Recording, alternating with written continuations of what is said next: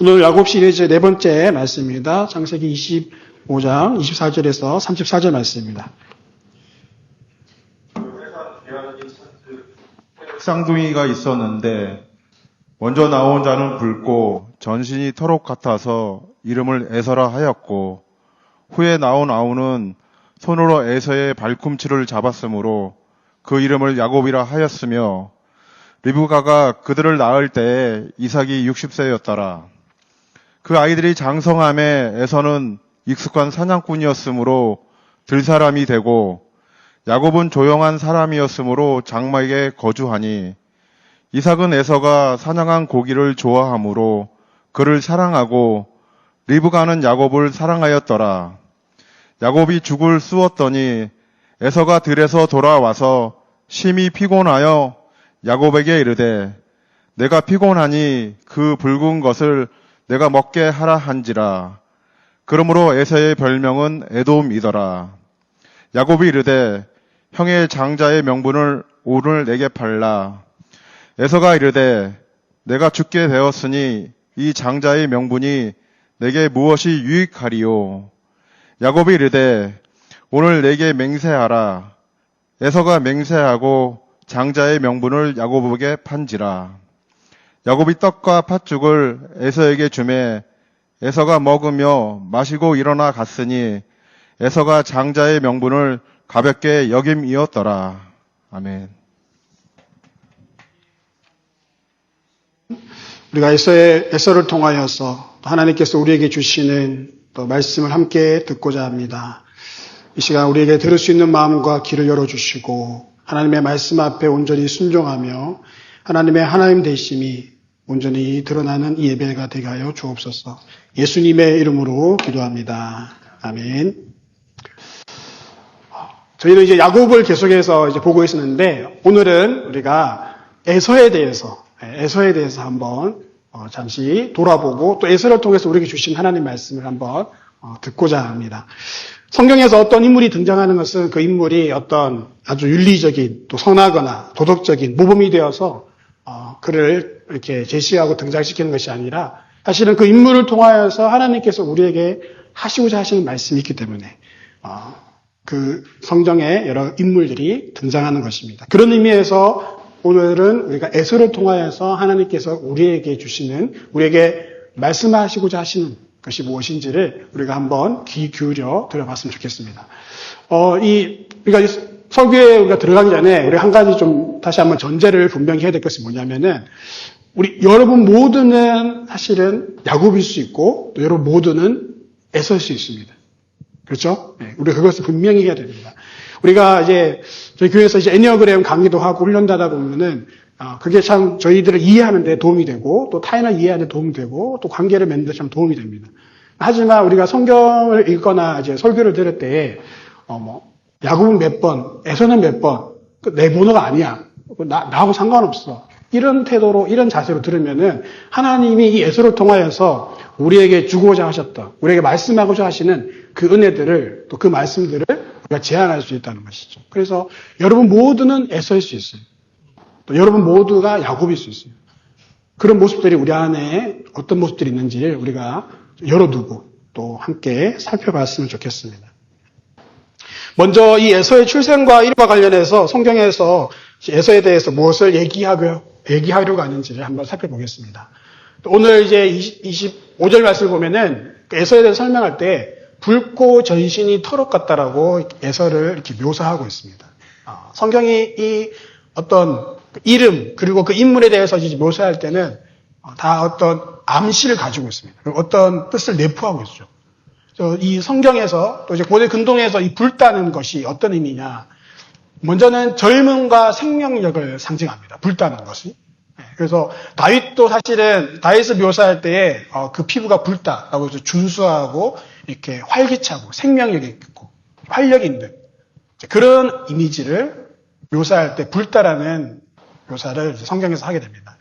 고대 근동에서도 이제 메소포타미아나 우가립 문헌에 보면은 붉다라는 것이 이제 그렇게 이제 이런 의미로 젊고 활력 있는 의미로, 반대로 이제 노랗고 이제 또 하얗다, 노랗거나 창백하다 이런 피부는 병이 있거나 아니면 이제 죽음을 의미하는 것이죠. 그런 의미에서 이제 에서가 불다라는 것은 아주 활기차고 혈색이 좋았다. 또 한 가지 불다에서 우리가 추측할 수 있는 또 에서의 성격이나 또 에서의 정체성은 뭐냐면은 전사적인 이미지입니다. 불다라는 의미에는 전쟁과 사냥, 피를 즐기는, 살육을 즐기는 그런 또 용맹한 이미지가 있습니다. 그래서 이 아드몬이라고 하는 이 히브리어는 아담이라는 같은 어원인데 그러니까 흙에서 왔죠. 그 붉은 흙. 그래서 불다라고 해가지고 그래서 여기에서 아담, 에돔 이렇게 이제 같은 어근을 가지고 있습니다. 여기서 불다라는 에돔이라는 별명을 가지게 되었죠.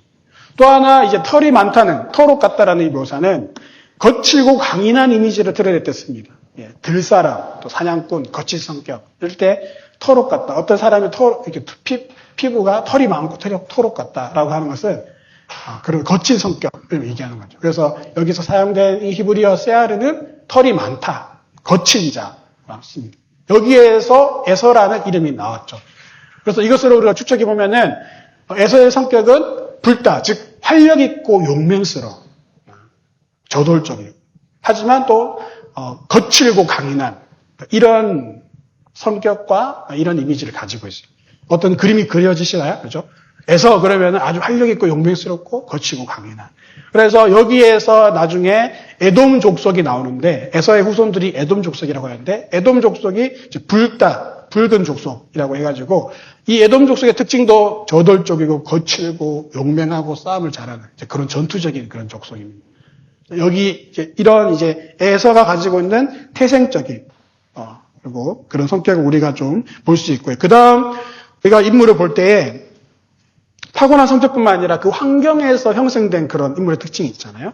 근데 에서가 가지고 있는 그 가정의 환경, 그것은 어떤 것이었냐면은 사실은 에서는 아브라함이라는 그 언약 가문의 장자로 태어났어요. 장자. 동서양을 막론하고 이제 고대 사회에서는 장자는 중요한 인물이었죠. 그죠? 아주 중요한 인물이었습니다. 그래서 장자에게 특별 대우를 해주고 하는 것이 우리 보통 인간의 이제 문화입니다. 우리나라도 그런 문화가 있었죠. 네. 저도 사실 장자입니다. 몰라셨죠? 그래서 장자예요, 장자. 저희 아버지가 이제 독자였어요, 독자. 고모님이 이제 5분 계시는데 아버님이 태어나셨어요. 정말 사랑받은 독자였겠죠? 근데 그 다음 이제 또 이 대를 이어가야 돼. 근데 첫째 아들이 딱 태어난 거예요. 나중에 들어보니까 제가 70년대 말 출생인데 그 당시 저희 마을에 3일 동안 잔치를 벌였다고 합니다. 예. 첫째 장남이 태어났다고. 예. 그런 우리나라도 이제 그런 이제 문화가 있을 정도인데 이 당시 고대 근동에서 이 장자는 정말 그 특권이 이제 어마어마했던 것이죠. 그런데 이 에서는 단순히 그 일반 가문의 장자가 아니라 아브라함이라고 하는 그 가문의 장자였어요. 실제로 이제 에서가 태어났을 때 아브라함이 살아있었는데 아브라함이 이제 100세일 때 이삭이 태어났잖아요. 100살 때 이삭이 태어났는데 오늘 성경 보시면은 이삭이 60세에 이 에서와 야곱이 태어납니다. 그러면 그때 아브라함 나이는 160세이죠. 근데 창세기 25장에 그렇죠. 25장에 보면은 아브라함이 175세에 죽었다고 나와요. 그러면은 이제 계산해 보면은 15년 동안은 그래도 이제 에서와 같은 이 땅에서 땅을 밟고 같이 살고 있었죠. 물론 이제 거주지가 달랐을 수도 있습니다. 하지만 같은 가족으로서 제사를 같이 지내고 교제도 하고 했던 그런 관계를 맺었던 것이죠.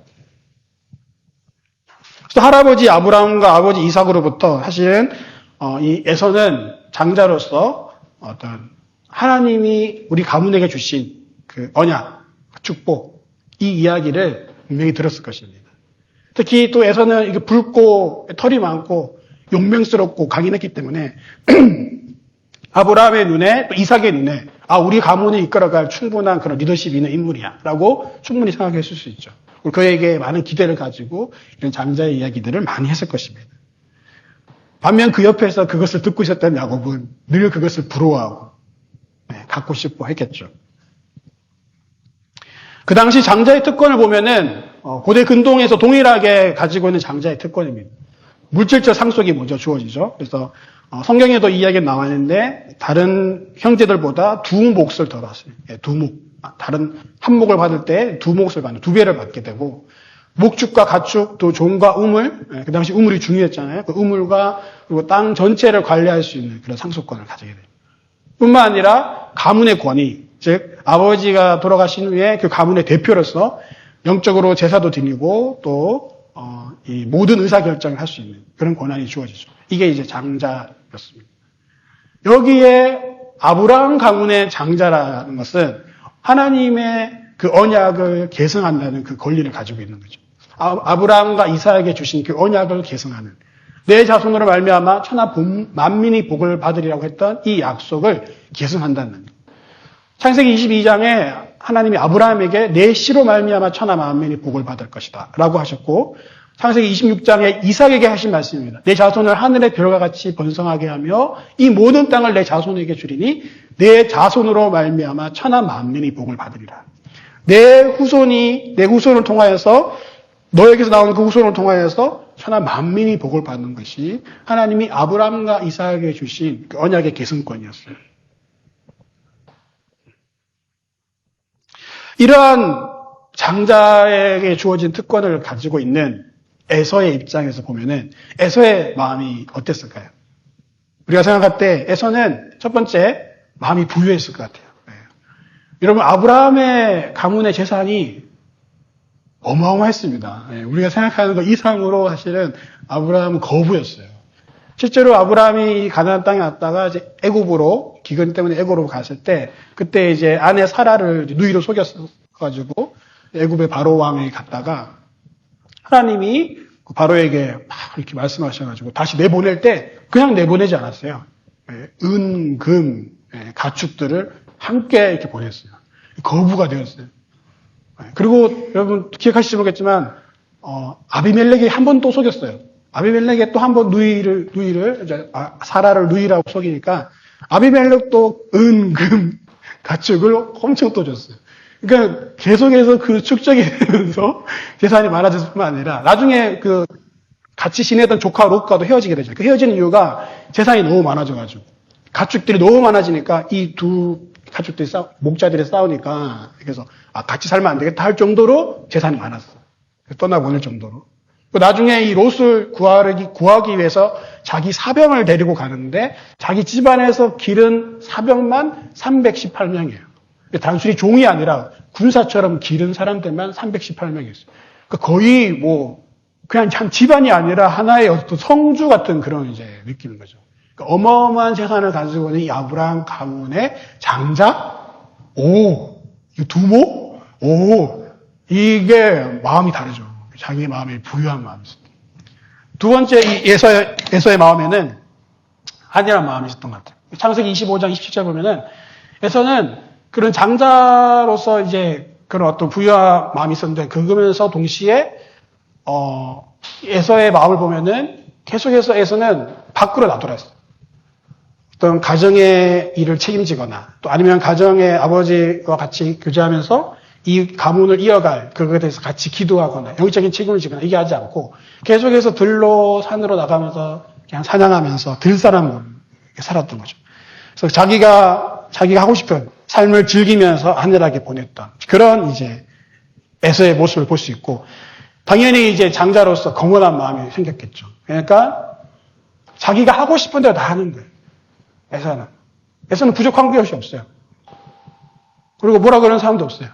하고 싶은 대로 다 하는. 그래서 이방인 여자와 그냥 한꺼번에 두 여자를 데리고 와서 자기가 하고 싶은 대로 자기의 정욕대로 이렇게 살아가고 있었던 것이 에서의 모습인 것을 우리가 볼 수 있습니다.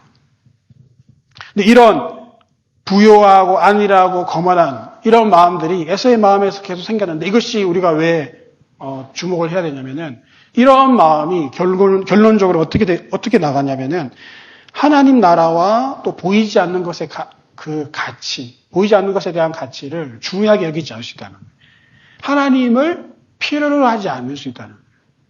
이런 부요하고 안일하고 거만한 마음 때문에 하나님을 필요로 하지 않는 그런 마음이 생기는 거죠.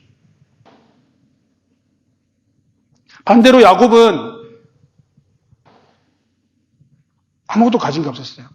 에서는 다 가지고 있었기 때문에 필요로 하지 않았지만은 야곱은 아무것도 없었기 때문에 그 형이 받을 수 있는 그 하나님의 그 축복, 하나님의 그 언약의 축복을 늘 갈망했고 받고 싶었어요. 강구했어요. 어떻게 하면 할 수 있었지? 비록 방법이 잘못되었지만은 그 하나님을 향한 그 하나님과 하나님의 그 언약을 향한 그 축복에 대한 갈망하는 마음, 그것을 하나님이 야곱을 바라보실 때 귀하게 보셨던 것 같아요. 지난주 여러분 설교 기억하시나요? 우리 설교의 마지막 장면의 그 그림을 보시면은 그 야곱이 돌베개를 베고 자고 이렇게 누워 있는 장면이 있었잖아요. 저는 마지막에 기도하면서 그 그림을 보는데 그 순간 그 하나님의 마음이 느껴지더라고요. 그러면서 그 마음이 제 마음을 확 채우면서 되게 울컥했는데 그게 어떤 마음이냐면은 불쌍한 마음이 드는 거예요. 야곱을 향하여서 불쌍한 마음이 드는 거예요. 짠한 마음. 어떻게든 내가 주는 복을, 어떻게든 나에게서 받는 내가 주는 그 언약의 축복을 받고 싶어가지고, 비록 방법은 잘못되었고, 나를 신뢰하지 못하고, 자기 방법대로 엄마랑 같이 속여서 했지만, 어떻게든 그것을 받고자 하는 그 하나님을 향한, 하나님의 축복을 향한 그 갈망을 하나님이 보시고 불쌍히 여기셨을 것 같아요. 그러면서 그에게 오셔서 약속을 주시고, 내가 널 떠나지 않겠다. 내가 너에게 이 복을 주겠다라고 하시는 거죠. 반면 에서는 하나님을 향하여서 그걸 찾지 않았어요. 구하지 않았어요. 관심도 없었어요. 하나님은 구하는 자에게, 갈망하는 자에게 주십니다. 지난 주일이 끝나고 월요일에 시편 기도를 하는데 9월 1일 시편 기도 107편 9절에 나와서 이런 말이 나와요. 그가 사모하는 영혼에게 만족을 주시며 줄인 영혼에게 좋은 것을 채워주십니다. 사모하는 영혼에게 만족을 주시고 줄인 영혼에게 좋은 것으로 채워주시는 것. 그게 하나님이시더라고요. 야곱은 사모했어요. 에서는 그렇지 않았어요. 여러분은 어떠신지 모르겠어요. 여러분은 여러분의 어떤 여러 가지 환경과 상황 속에서 부요하고 안일하고 거머한 마음 속에서 하나님을 찾고 있지 않다면 그게 우리에게 복이 아닙니다. 반대로 여러분에게 어떤 어려움, 어떤 문제, 어떤 결핍, 여러 가지 한계들이 있을 때 그것이 지금 내 눈에는 너무 힘들고 어렵고 짐같이 느껴지지만 그래서 때로는 하나님을 원망하고 싶을 때도 있지만 그것 때문에 사실은 우리가 하나님을 찾게 된다고 그것 때문에 하나님을 간절히 간구하게 되고 하나님을 의지하게 된다면 그것이 그 자체가 복이라는 것이죠. 사모하는 영혼에게 만족을 주시고 줄인 영혼에게 채워주십니다. 그 하나님을 여러분들이 신뢰하면서 갔으면 좋겠습니다. 성경은 이 에서 이야기를 할 때에 중요한 사건, 이 팥죽 사건을 얘기합니다. 사실 이 팥죽 사건은 에서와 야곱의 출생 사건 그리고 야곱이 어머니와 함께 이삭을 속여가지고 축복을 받는 그 27장 그 사이에 이들의 성장기의 유일한 사건이에요. 성경이 왜 이 사건을 기록했을까요? 중요하기 때문에. 그리고 우리에게 무엇을 말하려고 하기 때문에 이 사건을 기록하겠죠.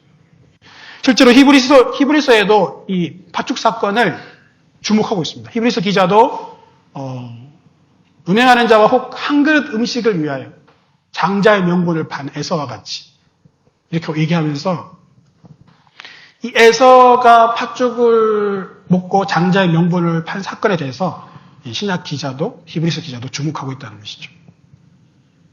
사실 이 팥죽 사건이 중요한 이유는 언약의 계승자가 에서가 아니고 야곱이 된 결정적 사건이기 때문에 그렇습니다.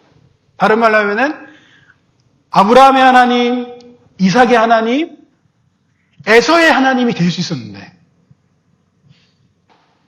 에서의 하나님이 될 수 있습니다. 아브라함의 하나님, 이삭의 하나님, 야곱의 하나님이 된 사건이 바로 이 사건이라는 거예요. 이 팥죽 사건을 통해서 사실 에서의 진면모가 드러납니다. 에서의 사람 됨됨이. 다른 말로 하면 에서가 정말로 중요하게 여기고 가치 있게 여기는 것이 무엇인지가 드러나게 됩니다. 그래서 성경은 이 사건을 기록하고 우리로 하여금 주목하게 합니다. 에서가 무엇을 중요하게 여기느냐? 에서의 마음이 정말 무엇이 있느냐, 에서가 어떤 사람인지를 보여주는 것이죠. 사건의 개요는 간단합니다. 야곱이 죽을 쓰고 있었고 들 사람인 에서는 밖에서 사냥을 하고 있다가 못 잡았는지 아주 몹시 피곤해요 하며 들어왔습니다. 그러고는 그 붉은 것을 달라, 그 붉은 것을 먹게 달라, 내가 피곤하여 죽게 됐으니 붉은 것을 먹게 해달라고 하죠. 우리 한국에서는 이걸 팥죽으로 번역했지만 이제 원어로 보면은 그냥 붉은 죽, 붉은 스튜, 레드 스튜입니다. 붉은 에서가 붉은 것을 달라고 하는 거죠. 성경이 이제 그렇게 언어 유희를 잘 씁니다. 붉은 에서가 붉은 것을 달라고 하고 있는. 야곱이 그 기회를 놓치지 않았죠. 그리고 야곱은 어쩌면은 형이 이제 그런 사람인 것이, 어떤 그런 배고픔을 참지 못하고 막 그렇게 그런 사람인 것을 파악했는지 모르겠지만 어쨌든 죽을 쓰고 있는데 그 기회가 왔을 때 항상 갈망하고 있었던 그 장자의 명분을 나에게 팔라라고 얘기를 하고, 그 에서는 그것을 아주 대수롭지 않게 여기면서 그래, 그까짓 거 뭐가 필요하냐, 내가 지금 당장 죽게 됐는데 라고 하면서 맹세하고 팥죽을 먹는 이제 그 사건인 것이죠. 우리 여기에서 에서의 모습을 세 가지로 한번 볼 수 있는데, 첫 번째는 육체적 욕망에 지배된 에서입니다. 야곱이 죽을 쏘았더니 에서가 들에서 돌아와서 심히 피곤하여 야곱에게 이르되 내가 피곤하니 그 붉은 것을 내게 먹게 하라. 그래서 에서의 별명은 에돔, 붉은 것이더라, 이렇게 나오는데, 여기 보면 심히 피곤하여, 심히 피곤하여, 내가 피곤하여, 피곤하다, 피곤하다라고 이제 두 번이나 반복하고 있는데, 이게 완전히 피곤과 그 배고픔에 압도된 그런 이제 상태를 얘기하는 거죠. 그러니까 다른 말로 하면은 배고파 죽겠다, 배고파 죽겠다 이런 거예요. 내가 배고파 죽겠다, 배고파 죽겠다. 그러면서 거칠게 그 붉은 것을 나로 하여금 먹게 하라 라고 이렇게 하고 있는 거죠.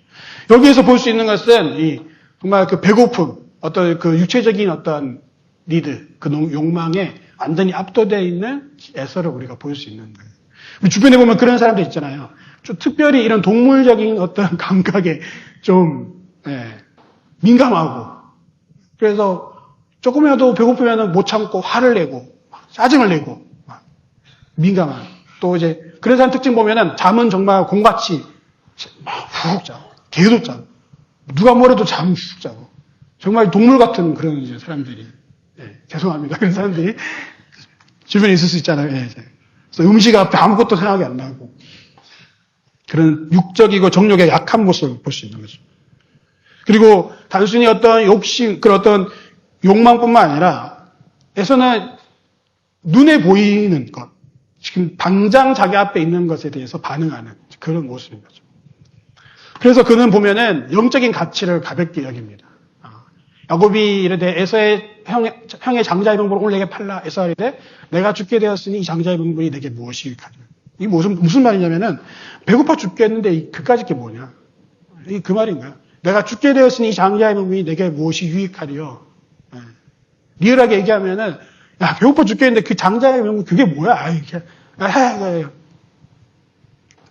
그러니까 이 장자인에서는 그동안 들었던, 아브라함에게 들었고 이삭에게 들었던 그 언약의 계승이 얼마나 중요한지, 하나님 주시는 그 축복이 얼마나 중요한지 거기에 대해서 전혀 중요하게 여기지 않았다. 그걸 이제 드러내는 거죠. 보이지 않는 것보다, 장차 내가 받을 어떤 축복보다도 당장 내 눈앞에 보이는 바로 나의 만족을 당장 채워줄 수 있는 것에 이렇게 중요하게 여기는 그런 이제 에서의 모습이죠. 그리고 에서는 즉흥적이고 충동적입니다. 오늘 내게 맹세하라니까 에서는 바로 맹세해버립니다. 그러니까 생각하지 않아요. 즉흥적이. 이 맹세가 어떤 결과를 가져올지, 어떤 책임을 져야 될지 에서는 생각하지 않아요. 보면은 에서가 이제 팥죽을 먹고 나서 에서를 묘사하고 있는 그 묘사가 에서가 먹으며 마시고 일어나 갔다. 여러분 이거 되게 상당히 이제 히브리어에서는 되게 인상적인 표현이에요. 동사만 4개가 쭉쭉 나오는 거예요. 먹고 마시고 일어나 갔다. 에서의 어떤 성격을 나타내 주는 거죠. 즉흥적이고 충동적이고 행동하는 그런 이제 에서의 모습을 볼 수 있는 겁니다. 더 중요한 거는 이 에서를 성경 자체는 어떻게 평가하느냐. 히브리서 여기 이제 장자의 34절에 보면은 에서가 장자의 명분을 가볍게 여김이었더라라고 이렇게 나옵니다. 이 오늘 성경 본문의 마지막에 이 나레이터가 에서에 대해서 평가하고 있는 거예요. 에서가 장자의 명분을 가볍게 여겼다라고 이 한 줄 해석을 하는 거예요. 이 가볍게 여겼다라는 말은 쉬운 성경에서 대수롭지 않게 여겼다라고 하는 것인데 히브리어로 박자라고 하는 이 단어는 업신여기다, 얕잡아보다. 좀 더 세죠. 장자의 명분을 업신여기는 거예요. 얕잡아보는 거야. 이게 아주 하찮은 것으로 하나님이 주시는 그 언약의 계승권을 하찮은 것으로 여겨요. 별로 중요하지 않는 거예요.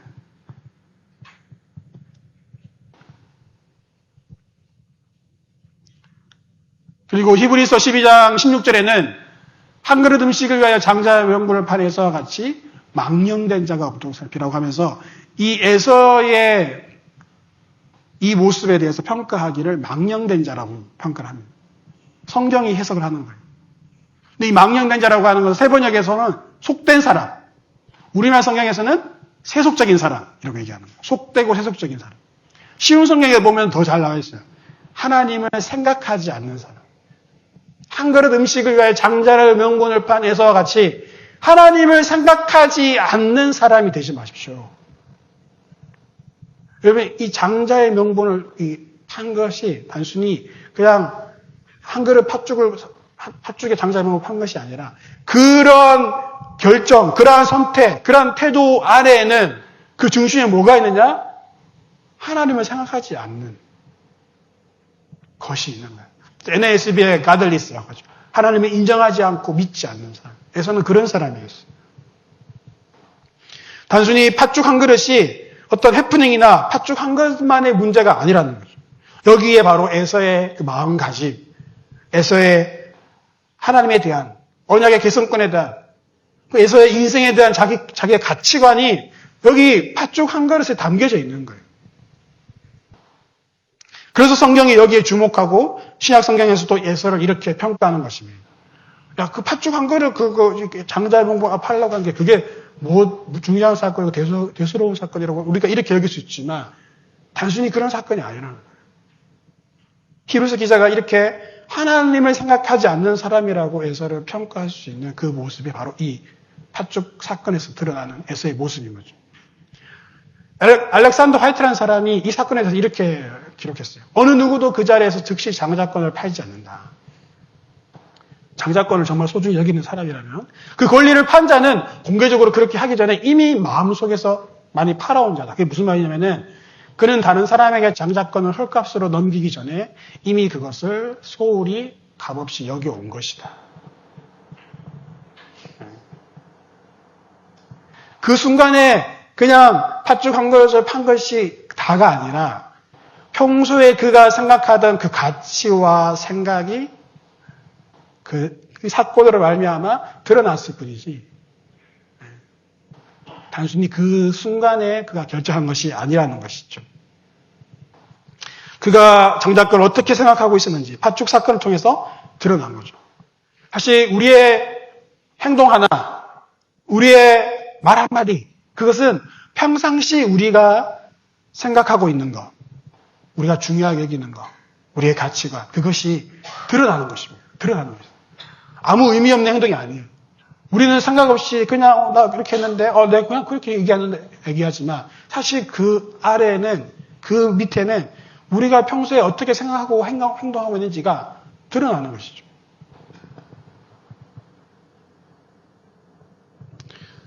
짐 엘리엇이라는 사람이 있습니다.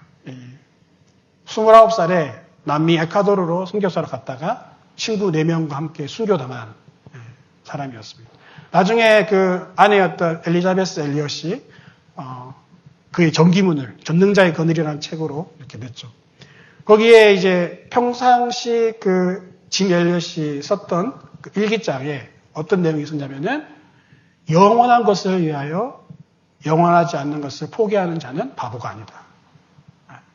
영원한 것을 위하여 영원한 하나님의 나라, 그 하나님의 영광을 위해서 이 땅에서 영원하지 않는 것, 그것을 포기하는 것은 바보가 아니다. 이게 짐 엘릿이 평상시에 생각하고 있었던 생각이었어요. 그가 이제 연락이 되지 않아서 이제 나중에 그 선교사 구조대가 찾아러 갔을 때 시체 내구를 발견했습니다.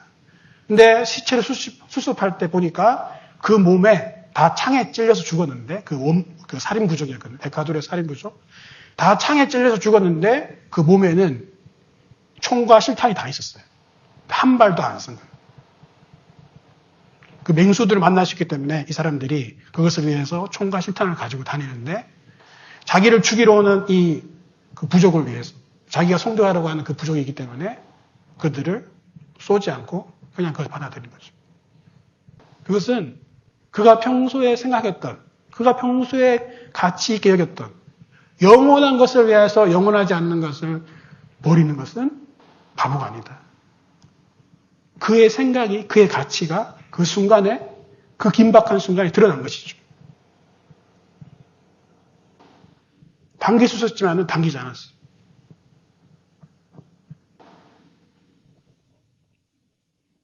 에서의 가치관은 전혀 반대입니다. 눈에 보이지 않는 미래의 그 영원한 것보다 하나님이 약속해 주신, 하나님이 주신 그 내 자손으로부터 모든 민족의 복을 받을 것이라고 하는 이 영원한 하나님 나라의 축복을 전혀 가치 있게 중요하게 여기지 않았어요. 당장 내 눈에 보이는 내 배고픔을 내 욕심과 내 욕구로 채울 수 있는 것이 나한테 가장 중요해. 이것은 가치 없는 거야. 내 눈에 보이지 않는 장자의 명분, 하나님 주신 장자의 명분, 언약의 계승, 그까짓 게 뭐가 중요하다고? 그 마음에 뭐가 있었냐? 성경은 얘기하는 거예요. 그 마음에 하나님이 없었다. 에서의 마음에는 하나님이 없었어. 이것이 미친 영향이 무엇입니까? 하나님의 언약에서 제외되어 버렸어요. 아브라함과 이삭과 에서의 하나님이 아니라 아브라함과 이삭과 야곱의 하나님이 되어버렸어요. 에서 같은 마음을 가진 사람들은 보이지 않는 그 가치를 붙들면서 보이지 않는 그 싸움을 씨름하는 것을 힘들어해요. 그냥 살래. 나 몰라. 그냥 되는 대로 살지. 하지만 우리의 그 삶의 열매는 그 인생에만 국한되지 않고 끝나지 않기 때문에 계속해서 내가 내 가치관에 따라서 선택한 것이 내 삶에, 그리고 내 가족에게, 그리고 또 나아가서 내 가문에게 계속해서 그 영향을 끼치는 거죠. 그래서 에서는 자신뿐만 아니라 그 후손에게까지 영향을 끼칩니다. 에서의 자손들은 에돔 족속이라는 이름으로 계속해서 성경에 나오는데 이스라엘과 끊임없이 대립하는 민족으로 남게 돼요. 이스라엘이 출애굽할 때 가나안 땅을 들어가기 위해서 에돔 땅을 지나가야 했었는데 형제 에돔 족속이 지나가지 못하게 방해합니다. 다윗 시대에 끊임없이 에돔과 전쟁하고요. 그리고 이제 오바댜서에 보면은 에돔이 형제 이스라엘을 대적한 죄로 하나님이 이 에돔을 향해서 심판하시죠. 내가 내 형제 야곱에게 행한 포악으로 말미암아 부끄러움을 당하고 영원히 멸절되리라. 그리고 여러분 에스더서에 보면은 하만이라는 인물이 나오죠. 그 하만, 모르드게와 그리고 이 히브리 족속을 다 죽이려고 했었던, 전멸하려고 했었던 그 하만 장군이 사실은 에돔 족속 사람이에요. 아각 사람인데 그가 아말렉 족속의 후손인데 사실은 에서의 손자가 아말렉이거든요. 그러니까 에돔 족속에서 나온 거죠. 신약에 가면은 예수님을 죽이려고 했었던 그 헤롯 대왕, 그 대왕이 바로 이두메 족속, 다른 말로 하면은 에돔 족속입니다. 신약 성경까지 내려오면서까지 끊임없이 하나님의 백성들을 대적하고 하나님의 구원의 역사를 방해하고 하는 것들이 계속해서 흘러나오는 것이죠. 여러분, 우리 한순간의 선택이 이런 큰 영향을 내 주변과 또 내 가정과 내 가문에게 우리 주변 사람들이 영향을 끼칠 수 있다는 것을 여러분들이 기억하고 나도 에서가 될 수 있다는 생각, 나도 에서가 될 수 있다는 생각을 여러분들이 했으면 좋겠습니다. 여러분들에게 이 질문을 던지고 싶습니다. 나의 팥죽 한 그릇은 무엇인가? 여러분의 그 팥죽 한 그릇. 영원한 하나님 나라보다, 하나님께 주시는 약속보다 지금 당장 내가 집중하고 내가 갈급해하고 하나님보다 내가 더 중요하게 여기는 그것은 무엇인가?